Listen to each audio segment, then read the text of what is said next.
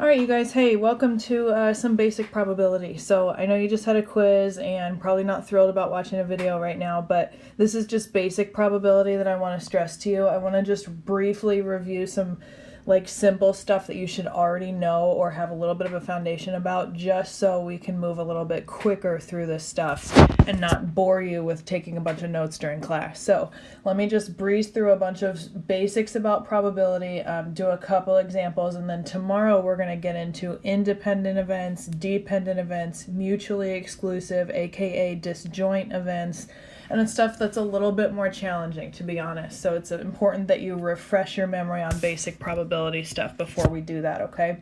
So I've got a definition of probability here, number of ways for an event to happen over the total number of possible outcomes, so it's a fraction or a decimal. Some properties of probability, just some stuff that you need to remember. It's probability of A means probability that A happens, A being an event, like probability it's going to rain tomorrow, or probability you got 100% on your quiz today. Probability equaling 0 means A is impossible. Probability equaling 1 means it is going to happen. So if today is Monday, that means the probability tomorrow's Tuesday is 1, because it is going to be Tuesday tomorrow if today is Monday. Probabilities are always in between 0 and 1, and it can equal 0 if it's impossible, and it can also equal 1 if it is certain. So all the other probabilities for everything else are always between 0 and 1. It doesn't make sense to have a probability that's a negative number. Also doesn't make sense to have a probability bigger than 1.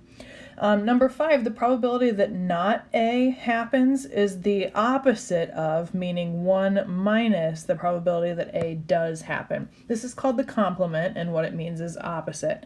We also have this word called sample space, and it's a list or a picture of all possible outcomes, and I'll explain that when I get to that example in just a second.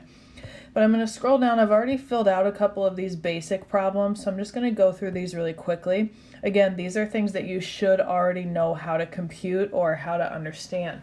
The probability from a standard deck of cards that you pick a red jack. Well, how many red jacks are there? There's 2, a heart and a diamond, out of 52 total cards. That reduces to 1 over 26. It's also okay to put that as a decimal, but you can just leave them as fractions to save yourself a step. What's the probability you draw a face card? There's 12 face cards. Remember, kings, queens, jacks, and there are 4 suits of those, so 3 times 4 is 12. Over 52 total cards, that reduces to 3 over 13.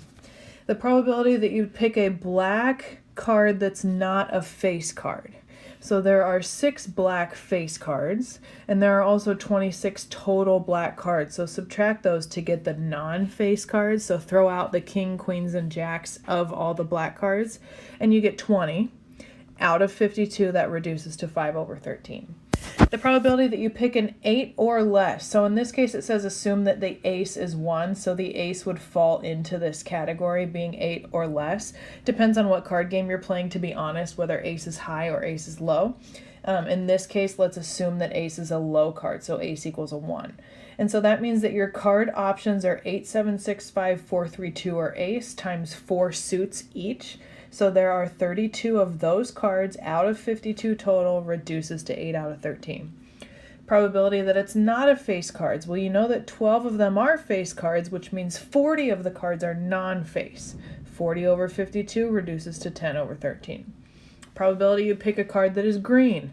That is impossible. That's what I was talking about on those bullet points on the front page. Probability that it's green, that is impossible. There aren't any green cards. Probability 0. Probability you pick a red card or a black card. Well, that should be common sense. Isn't the entire deck red or black? You have a 100% chance of picking a card that's either red or black. There are 26 cards that are red. There are 26 cards that are black. Add those together, you get 52 over 52, which is 1. Probability that's a club. You know a quarter of the deck is a club. Also, that's the same thing as 13 clubs out of 52 total. It reduces to 1/4. Probability of getting a spade or a diamond. There are 13 spades, there are 13 diamonds. Add those together, that represents half the deck. So now I want to get into this thing called sample space, that vocab word that you wrote on the front. And so if you toss a coin 3 times, what are the possible options? You could get all 3 heads, right? You could also get heads, tails, heads. So drawing a sample space of all the possible outcomes would start like this. I like to label first flip, I either get heads or tails. Okay, and then the second flip, if I could get heads again or tails again. Or if I got tails the first time, the second flip could also be heads or tails. And so what about my third flip? It doesn't matter what the first two flips are. If I got a heads first and I got a heads second, I could still get heads or tails the third flip. Or what if I got heads first and tails first? I could still get heads or tails the third flip. And the same thing, if I got tails then heads, I could get heads or tails the third time. Or if I got two tails in a row, I could get a head or a tail. And so my entire sample space includes, this is going to get a little bit crazy, my first option is heads, then heads, then heads. So my space looks like this. Oops, that's supposed to be black. Heads, heads, heads. That's option number one for flipping a coin 3 times. I could get all 3 heads. Okay, what if I got heads, then tails? That's option number 2. I could get heads, heads, tails. Okay, option number 3, I could get heads, then tails, then heads.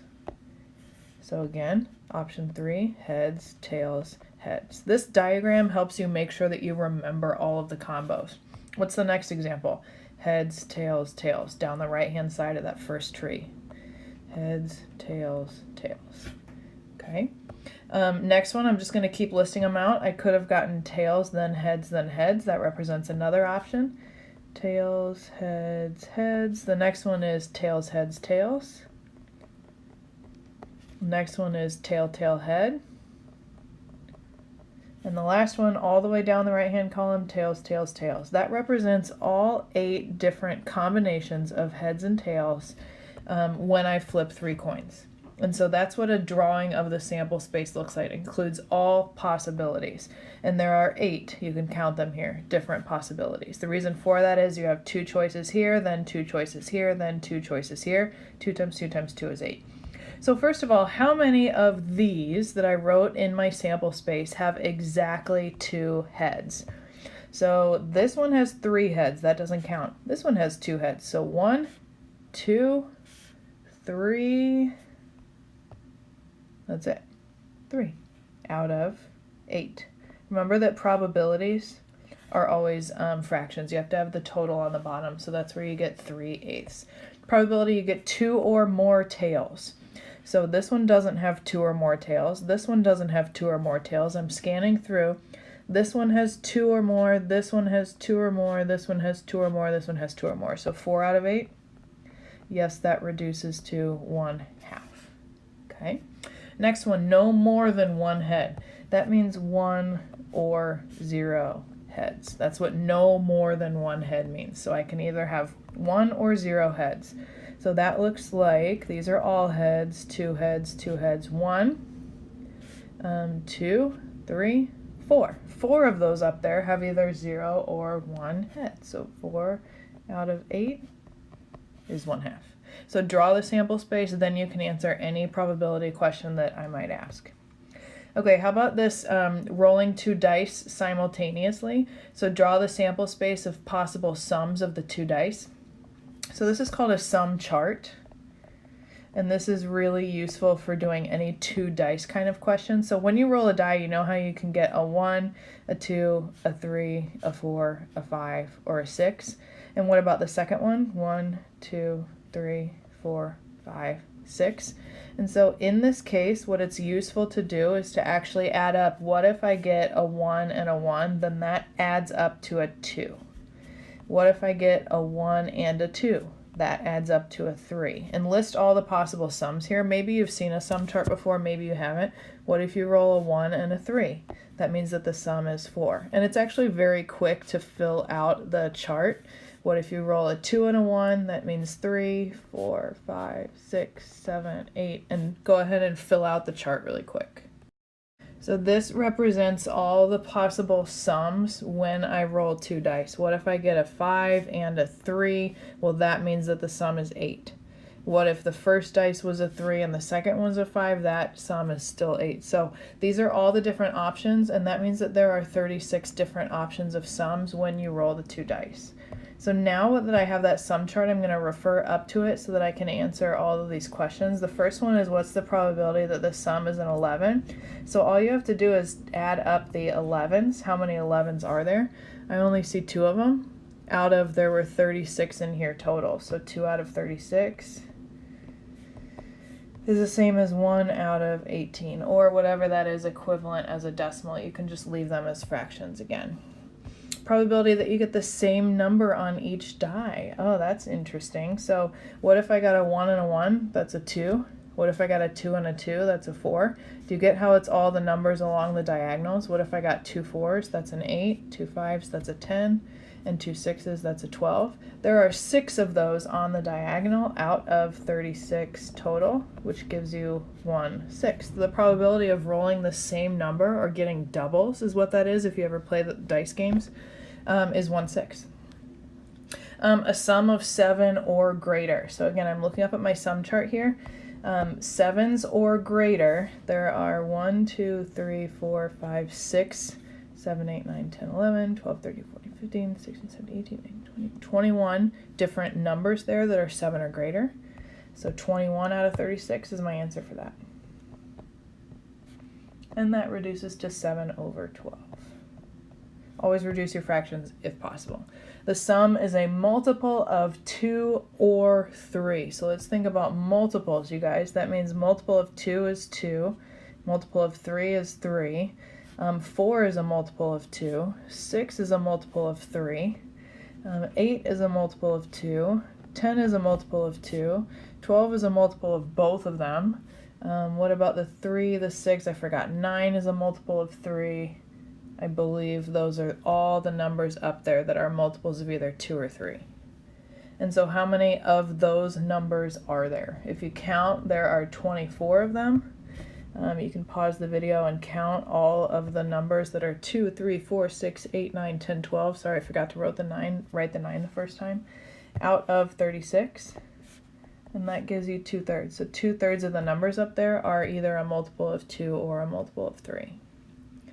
Okay, I'm going to stop there, and I'm going to do this marble problem in class as a warm-up tomorrow, and then we will get into independent events, okay? Thanks for watching, you guys. Have a great night. I'm going to go grade your quizzes now.